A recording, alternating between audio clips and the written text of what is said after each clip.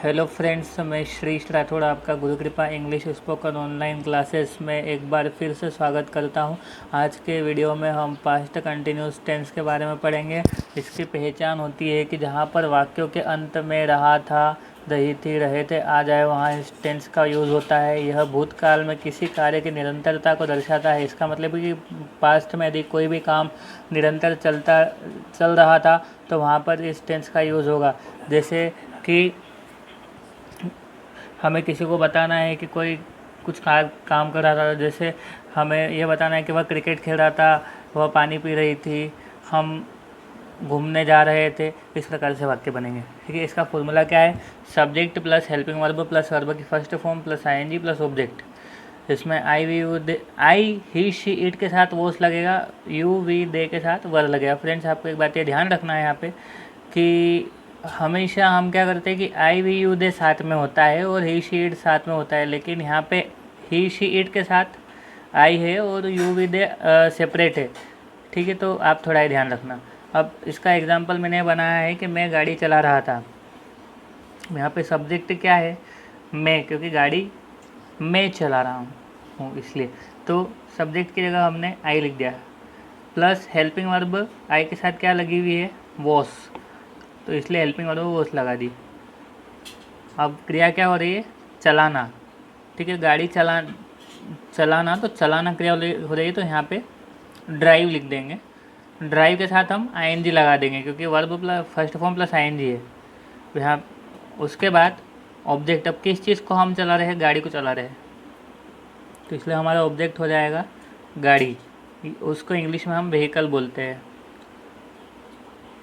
अब यहाँ पे एक बारीक चीज़ का आपको ये ध्यान रखना है कि जो स्पेलिंग है इसकी ड्राइविंग की, ड्राइव की स्पेलिंग होती है DRIVE।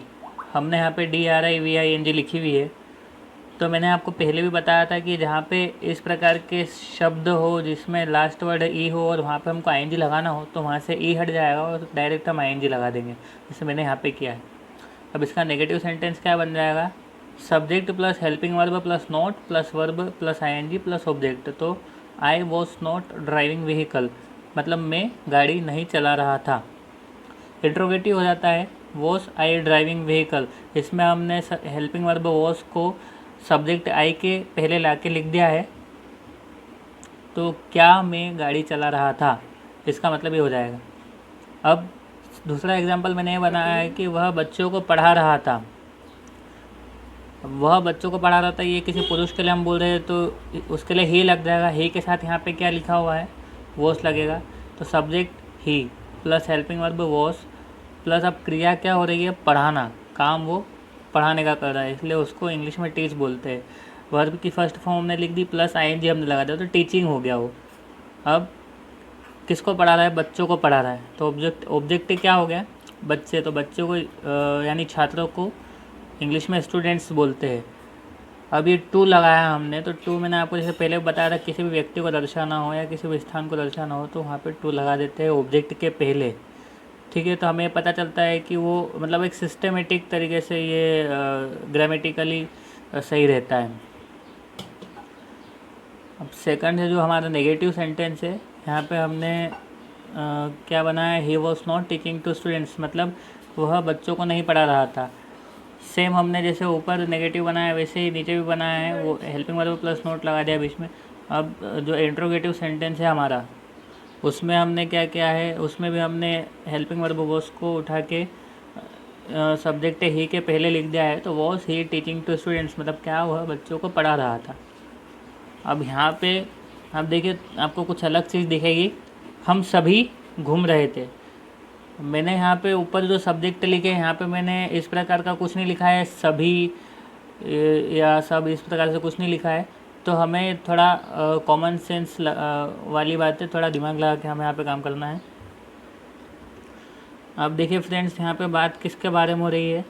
हम सभी के बारे में हो रही है, तो इसीलिए हम सब्जेक्ट में भी इंग्लिश में क्या लिखेंगे? हमको इंग्लिश में वी और सभी को ऑल, तो वी ऑल ये एक साथ सब्जेक्ट आएगा। ठीक है, उसके बाद हेल्पिंग वर्ब हमको कौन सी लगाना है? जो वी के साथ लग रही है, तो वी के साथ कौन सी हेल्पिंग वर्ब लग रही है? Were. We all were roaming, friends बहुत सारे लोग क्या करते हैं, कंफ्यूज हो जाते हैं और क्या करते हैं कि पहले सब्जेक्ट वी लिख देते हैं, उसके बाद वर लिख देते हैं, फिर ऑल लिख देते हैं, उसके बाद रोमिंग लिखते हैं, लेकिन वो गलत हो जाता है। यदि ये यहाँ साथ में है तो हमको भी यहाँ नीचे इंग्लिश में इसको साथ में लिखना है, ठीक है। अब इसका नेगेटिव सेंटेंस भी इसी प्रकार से बनेगा, we all were not roaming. Helping verb के बाद नोट लगाना है, कुछ नहीं करना है। इसका मतलब हम सभी नहीं घूम रहे थे। इंट्रोगेटिव सेंटेंस में वर वी ऑल रोमिंग, मतलब हमने हेल्पिंग वर्ब को उठा के सब्जेक्ट वी ऑल के पहले लिख दिया, तो क्या हो गया, वर वी ऑल रोमिंग। इसका मतलब हो जाता है कि क्या हम सभी घूम रहे थे। तो ये आपका पास्ट कंटिन्यूस टेंस से यहाँ पे कंप्लीट होता है और आपको इसके भी 20 सेंटेंस बनाना है, और जितनी ज़्यादा आप प्रैक्टिस करोगे उतना ही अच्छे से आप सीख पाओगे। नेक्स्ट वीडियो में हम पास्ट परफेक्ट टेंस के बारे में पढ़ेंगे। तो ऐसे यदि आप हमारे साथ बने रहना चाहते हैं तो हमारे चैनल को सब्सक्राइब करें और बेल आइकन को दबाना ना भूलें, जिससे कि हमारे वीडियो के लेटेस्ट नोटिफिकेशंस आपके पास सबसे पहले आती रही। और आपको यदि कोई भी डाउट है फ्रेंड्स, तो आप कमेंट बॉक्स में हमें लिखकर पूछ सकते हैं, तो हम आपको उसका सॉल्यूशन दे देंगे। Thank you very much.